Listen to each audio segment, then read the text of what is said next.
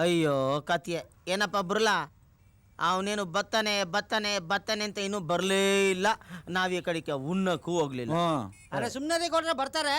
ಅವ್ನೇನು ಡಬ್ಬ director ಅನ್ಕೊಂಡ್ಬಿಟ್ರ. Late ಆಗಿ ಬಂದ್ರು ಲೇಟೆಸ್ಟ್ ಆಗಿ ಬರ್ತಾರೆ.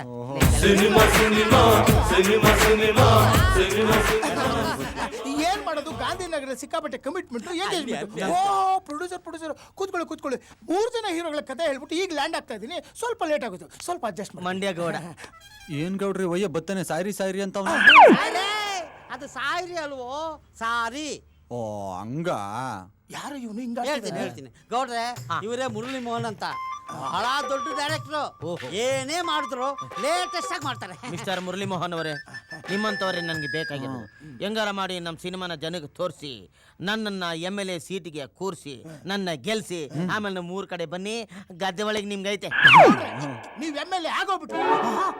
ಇಡೀ ಕನ್ನಡ ಚಿತ್ರರಂಗನೇ ಹಿಂಗ್ ತಿರುಗಿ ನೋಡ್ಬೇಕು, ನಿಮ್ಮನ್ನ ಹಂಗ ಮಾಡ್ಬಿಡ್ತೀನಿ. ತಿರಿಕಂಡು ಯಾಕೆ ನೋಡ್ಬೇಕು, ಸೀದಾನೇ ನೋಡ್ಲಿ ಬಿಡಿ.